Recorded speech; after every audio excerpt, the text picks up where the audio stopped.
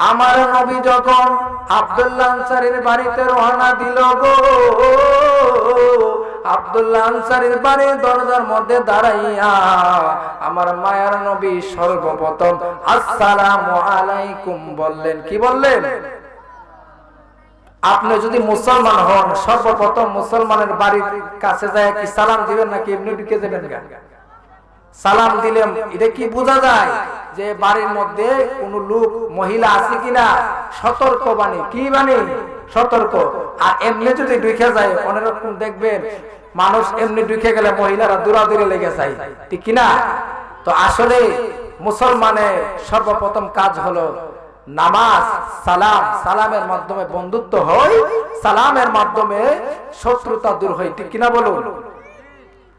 তো নবী সালাম দিলেন, প্রথম যখন সালাম দিলেন জবাব পাইলেন না, আবার দিলেন জবাব পাইলেন না, আবার দিলেন জবাব পাইলেন না। রাসূল তিনবার সালাম দেওয়ার পরে কোনো জবাব যখন পাইলেন না, রাসূল চলে যাইতেছে।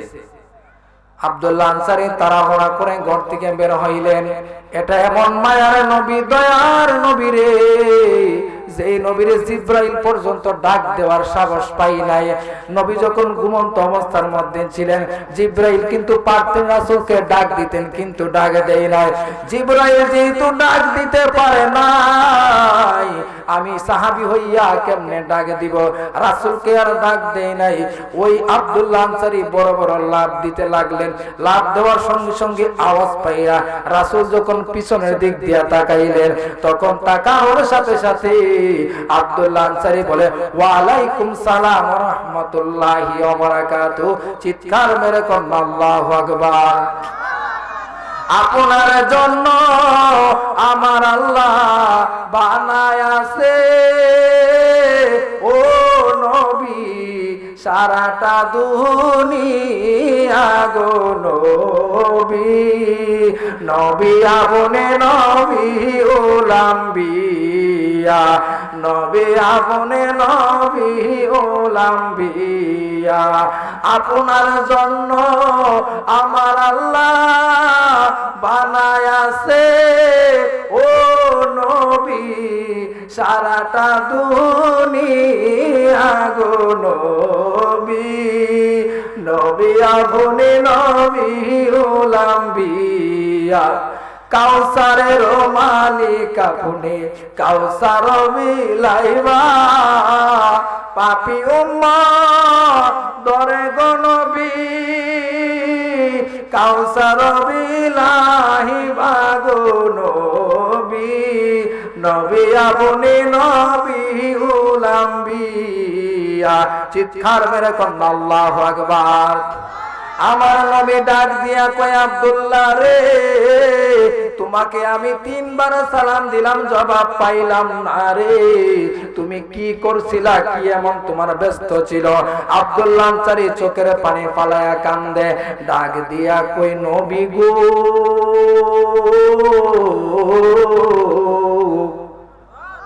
ও মায়ার নবী গো,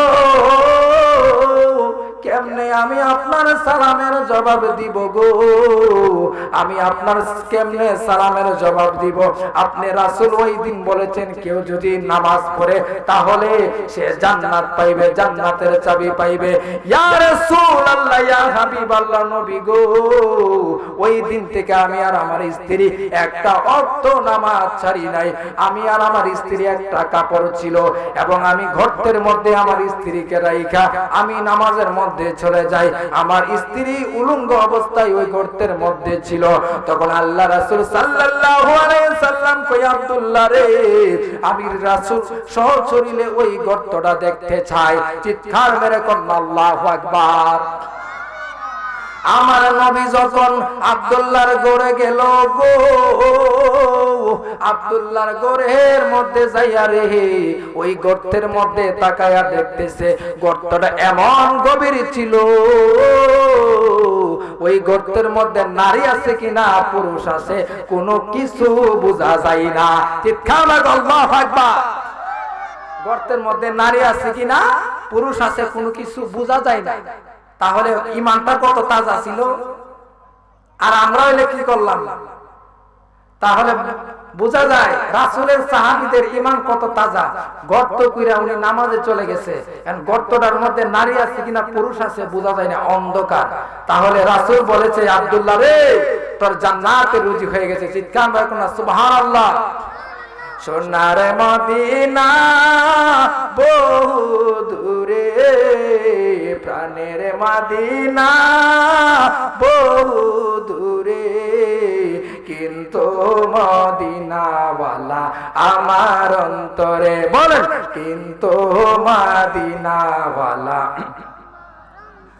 জেগেছে একবার সোনার মদিনা, তার মনে আর কোনো দুঃখ রইল না।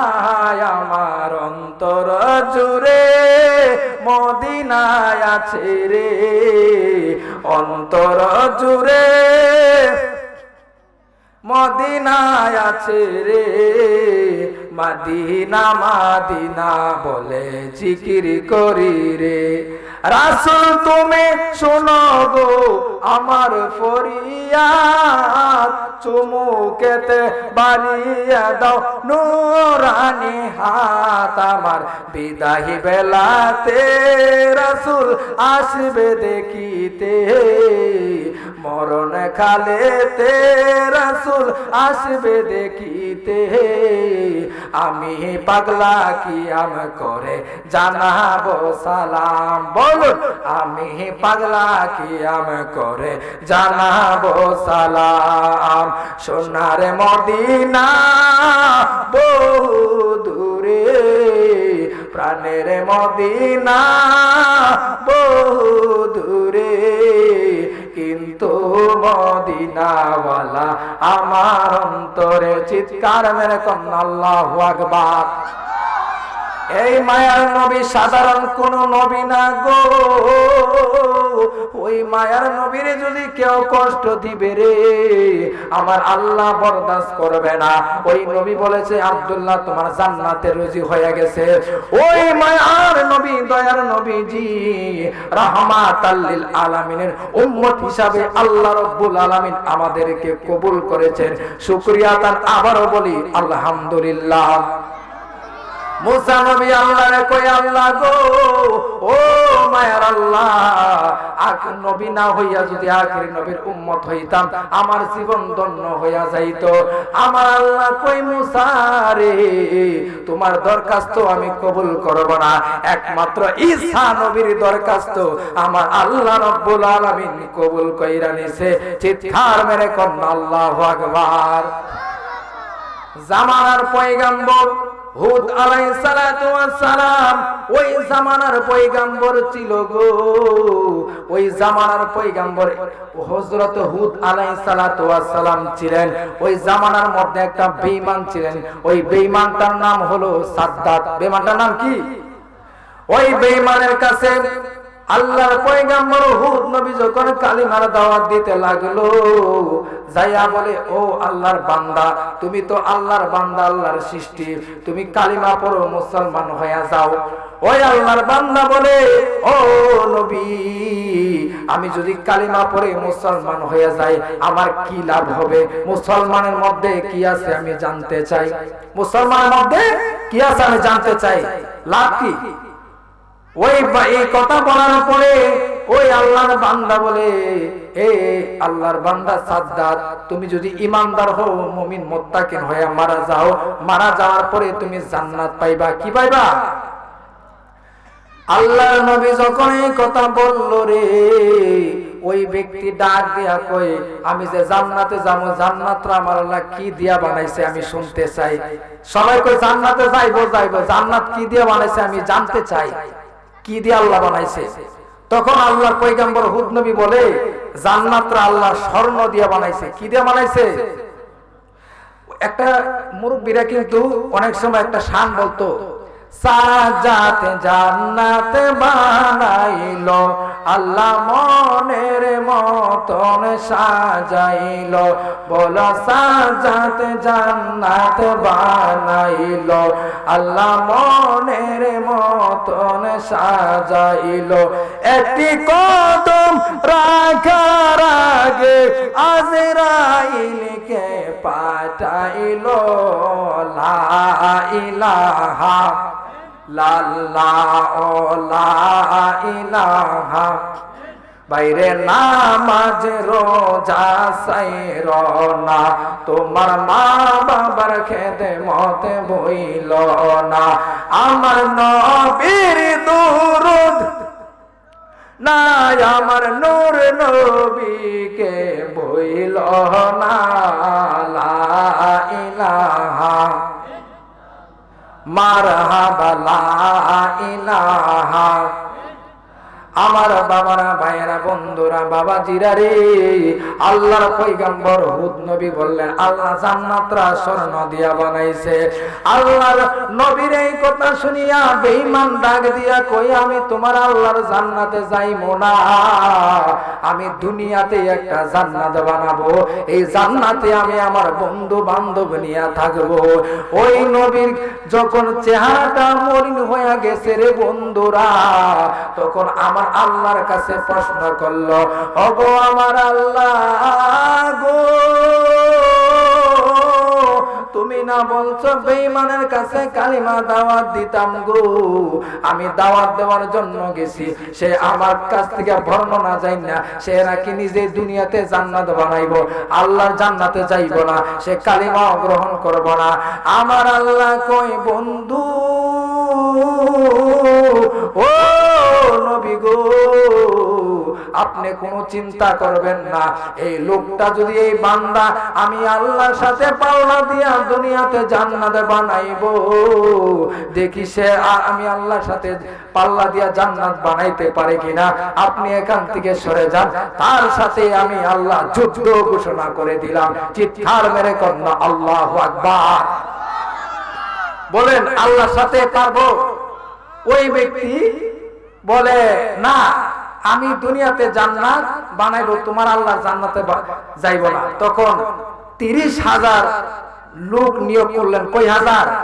30,000 মানুষ এলাকার মধ্যে ছড়ে দিলেন, যেখান থেকে পাইবা সেখান থেকে স্বর্ণ নিয়ে আসবা।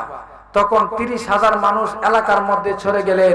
যাইতে যাইতে মানুষের বাড়ির থেকে জোর কইরা মাইরা দইরা যেমনে পারে স্বর্ণ আনতে আনতে ওই সাদ্দাতের কাছে স্বর্ণের পাহাড় আইনা ফলাইছে। কি ফলাইছে? সাদ্দাত ডাক দেয়া কই, এ আমার দাসীরা রে, তোমরা এখন জান্নাত বানানো কাজের মধ্যে লাইগা যাও। দাসীরা কি করলো রে বাবা? 40,000 দাসী লাইগা গেলেন এই জান্নাত বানানোর কাজের মধ্যে।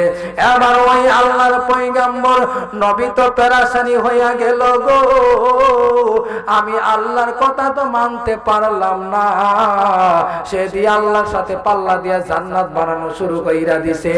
এইভাবে জান্নাত বানাইতে বানাইতে রে 40,000 শ্রমিক দিয়া 400 বছর লাগাইয়া জান্নাত বানাইছে। চিৎকার মেরে কন্যা নাউজুবিল্লাহ। কয়শো বছর? 400 বছর লাগাইয়া জান্নাত বানাই ফলাইছে। বেটা কি কর, এবার জান্নাত বানাই লাইছে। এখন কি করব? একটা লোক আইসা বলতেছে, হুজুর জান্নাত তো বানাইলে সবকিছু শেষ, এখান থেকে আপনার বাড়ি থেকে জান্নাত পর্যন্ত রাস্তাটা আর বাকি টাকার দরকার কি? এটাও স্বর্ণ দিয়ে বানাইলা। তখন এটাও স্বর্ণ দিয়ে বানাইছে, আরো লাগছে 12 বছর। মোট কত বছর হইছে? 412 বছর।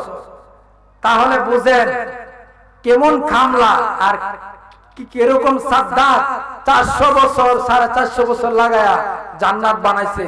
ওই সাদ্দাতে আয়ু পাইছিল 950 বছর। আল্লাহু আকবার বলুন। কয়শো বছর? আর আমরা আয়ু পাই কত বছর? বেশিরভাগ কইলে 60, এরপরই শেষ, সময় শেষ। এই পৃথিবী থাকার জায়গা নয়, এই দুনিয়া ছেড়ে একদিন অন্ধকার কবরে যেতে হবে। আমাদের শরীরের মধ্যে বাজার 9টা দরজা আছে। কয়টা? ওই 9টা দরজা যখন বন্ধ হয়ে যাবে, পৃথিবীর আপন মানুষ, মহব্বতের মানুষ আমাদেরকে একা ফালায়া তারা চলে যাবে। ওরে 9 দরজা কইরা বন্ধ,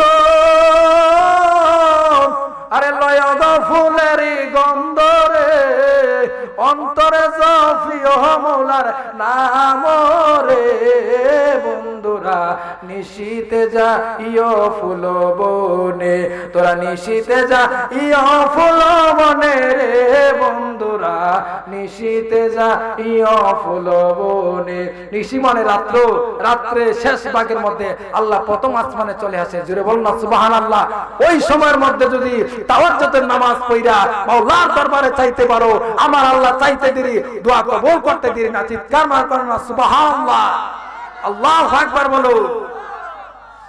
নবী গো, ও গো মায়ার নবী, ও রাহমাতাল লিল আলামিন, আমার রাহমাতাল লিল আলামিন নবীর উম্মত আমরা হইছি। আর ওই জামানার মধ্যে মানুষের আয়ু ছিল 1000 বছর, আর আখিরি জামানার উম্মতের আয়ু হইল কত বছর? 60-70, এর বেশি লাস্টিং করে না। কিন্তু বন্ধুরে ওই সাদ্দাত 950 বছর আয়ু পাইয়া কি ইমানদার হইল নাকি বেঈমান হইল? কি হইল? জান্নাতটা বানানোর পরে তখন উদ্বোধন করবে। একটা মানুষ যদি বিশাল বড় আয়োজন করে, ওই আয়োজনের যখন সভাপতি হই, এখানের মধ্যে যাওয়ার জন্য মানুষ যখন লোক যখন আনে, তাকে স্বাগতম জানায়, ঠিক কিনা বলো, যে মারহাবা জানায়, যে আপনি এত কষ্ট করে বানাইছেন। তখন 50,000 মানুষ তাকে মারহাবা স্লোগান দিয়া ওই জান্নাতের মধ্যে প্রবেশ করাবে। কোথায়? আমার আল্লাহ দেখি কি দেখে না? সাদ্দাত যখন জান্নাতে যাইবো, নবীর মন তো বেজার। কি রে সাদ্দাত আমার সাথে কথা বললো যে তোমার আল্লাহ জান্নাতে যাইবো না, আমি দুনিয়াতে জান্নাত বানাইবো। এখন সে যে তার জান্নাতে ঢুকে যাইতেছে, নবীর মন বেজার। কার মন বেজার? আমার আল্লাহ কই, বন্ধু গো আপনি কোনো চিন্তা করবেন না, সাদ্দাতের দায়িত্ব আমি আল্লাহ নিজে নিয়ে নিলাম। নবী, ও নবীজি আপনি চলে যান। তখন নবীজি চলে গেলেন। এবার সাদ্দাত যখন জান্নাতের দরজার মধ্যে দাঁড়াইলেন, প্রবেশ করবে, গোড়ার দিকে যখন ঠ্যাংটা দিবে, মাটির মধ্যে পা দিবে, ওই সময় একটা ভিক্ষুক আইসা ডাক দিয়া কই, সাদ্দাত আমি আপনার সামনে আসলাম। মানে পাড়া কাপড় নিয়ে একটা ভিক্ষুক আসলো। কি আসলো? তখন সাদ্দাত বলে, আই হাই রে, আমি এত কষ্ট করে জান্নাত বানাইছি, এত বছর লাইগা আমি জান্নাতের ভিতরে ঢুকমু, এই মুহূর্তে ফকির এসে হাজির হইছে। এর বাইর কর। কি কর? বাইর কর। তখন বলতেছে, আরে টাকা দিয়া বাইর কর। তখন ওই ফকির বলে, এই বেঈমান, আমি কি ফকির নাকি অন্য কিছু? আমার চোখের দিকে তাকায় দেখবে না। শহর দিকে যখন তাকাইছে, দেহেরে বাবা, এটা তো চোখ না, আগুনের চাইতে লাল এবং মার্বেলের চাইতে আরো গোল, এত বিশাল বড় চোখ। এই চোখের দিকে তাকায়া সাদ্দাত বই পেয়ে গেছে। বলতেছে, কে আপনি? কি আপনার পরিচয়? তখন বলে, আমি সাধারণ কোন মানুষ না, আনা মালাকুল মউত আজরাইল। চিৎকার মারে আল্লাহু আকবার। আজরাইল যখন কারো সামনে চলে আসে, আর থাকার ক্ষমতা আছে? কোন মানুষের থাকার ক্ষমতা আছে? এই পৃথিবীর মধ্যে যতক্ষণ পর্যন্ত আজরাইল আপনার সামনে না আসবে, ততক্ষণ পর্যন্ত আপনি চেয়ারম্যান, ততক্ষণ পর্যন্ত আপনি মেম্বার। আজরাইল যখন চলে আসবে, তখন 1 সেকেন্ডও এই দুনিয়াতে থাকার কোনো সময় নাই।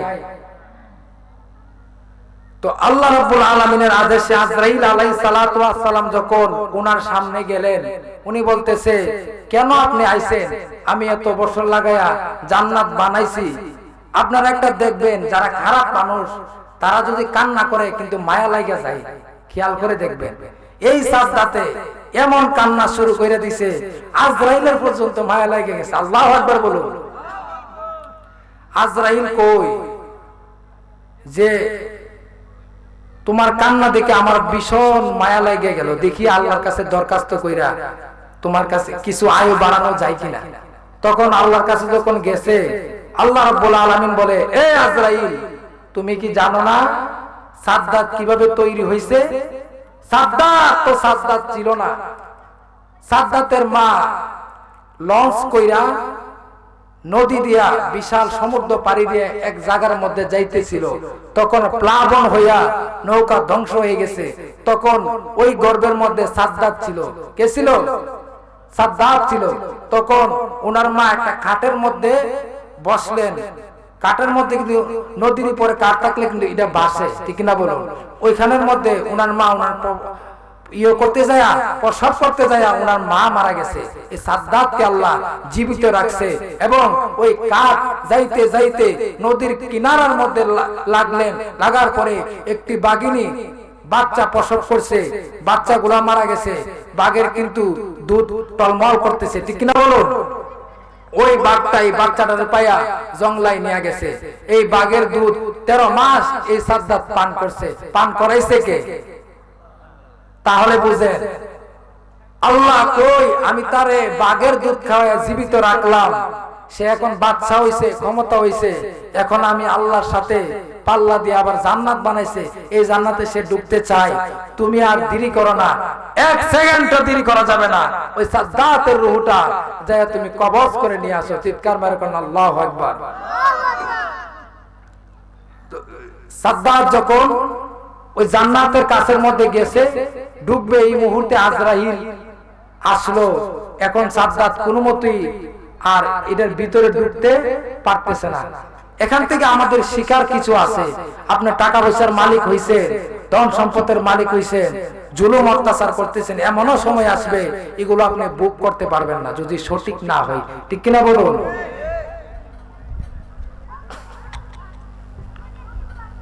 এই সাদ্দাত যখন আজরাইলের সাথে তর্ক লিপ্ত হয়ে গেছে, কিতাবের মধ্যে আছে, হাদিসের মধ্যে আছে, আজরাইল এই সাদ্দাত থেকে এমন ভাবে তার রূহটা বের করছে, এর আওয়াজে, সাদ্দাতের ভয়ঙ্কর আওয়াজে তার যে রাজপ্রাসাদ বানাইছিল এগুলো জমিনের মধ্যে বিলিয়ে গেছে। চিৎকার মেরে কোন আল্লাহু আকবার। তওবা নাম গাছটি আছে, পাতায় পাতায় লেখা আছে, মানুষের হায়াত সেই পাতা জড়িয়া পড়লে, সেই পাতা জড়িয়া পড়লে মৌতের নিশানা, আজরাইল আসিলে পড়লে কফিয়ত চলবে না রে ভাই, কফিয়ত চলবে না। সে যে নামে আজরাইল সঠিক সময় তোমার ঘরে হইবে দাখিল, কত আকুতি মিনতি করলেও কোনো কাজ হবে না, আজরাইল আসিলে পড়লে কফিয়ত চলবে না রে ভাই, কফিয়ত চলবে না, ঠিক না বলুন? আজরাইল এখন আয়া পড়ছে, সাদ্দাত কোন চিল্লাচিল্লি করলে কাম হইব? 900 বছর আয়ু পায়া কি করছে? ইমানদার হয়ে মারা যাইতে পারে নাই, বেঈমান হয়ে মারা গেছে। এখন আসুন আখির জামানার উম্মতেরা আয়ু পাইছে 60 বছর 70 বছর, তাদের কি উপায় হবে? তাদের কি অবস্থা হবে? সামনে আসতেছে কিন্তু মায়া রমাদানুল মুবারক মাস, ঠিক কিনা বলুন? এই মাসের মধ্যে যদি কোনো ব্যক্তি ইমানদার হইয়া মুত্তাকিন হয়ে 5 ওয়াক্ত নামাজ পড়তে পারে, আল্লাহ রাব্বুল আলামিন এই রমাদানুল মুবারক মাসের উসিলা করিয়া তার জীবনের গুনাহ maaf করে দিবে। চিৎকার মারো কোন আল্লাহু আকবার। তাহলে জীবনের গুনাহ যদি maaf করতে চান, নামাজের দরকার আছে কিনা নাই? রোজার দরকার আছে কিনা নাই? মা বাবার খেদমত করার দরকার আছে কিনা নাই? শেষ করলে তো আল্লাহ পাক যেন আমাদের সবাইকে 5 ওয়াক্ত নামাজ পড়ার তৌফিক দান করেন। সকলে বলুন আমিন। এবং আমাদের জন্য দোয়া করবেন, আমিও আপনাদের জন্য দোয়া করি। আল্লাহ যেন এই এলাকার মানুষ যারা আছে সবাইকে যেন নামাজি বানিয়ে দেয়, ইমানদার বানিয়ে দেয়। এই মাহফিলের উসিলা করিয়া পূর্ব পশ্চিম যেই জায়গার মধ্যে কবরের মধ্যে মানুষ শায়িত আছে, এই মাহফিলের উসিলা করিয়া আল্লাহ যেন তাদেরকে আবাদুল আবাদ জান্নাতি বাসী বানিয়ে দেয়। চিৎকার মেরে কন্যা সুবহানাল্লাহ। সবাই বলুন আমিন। আল্লাহ যেন সবাইকে maaf করে দেয়। সকলে বলুন আমিন। আসসালামু আলাইকুম ওয়া রাহমাতুল্লাহি ওয়া বারাকাতুহু।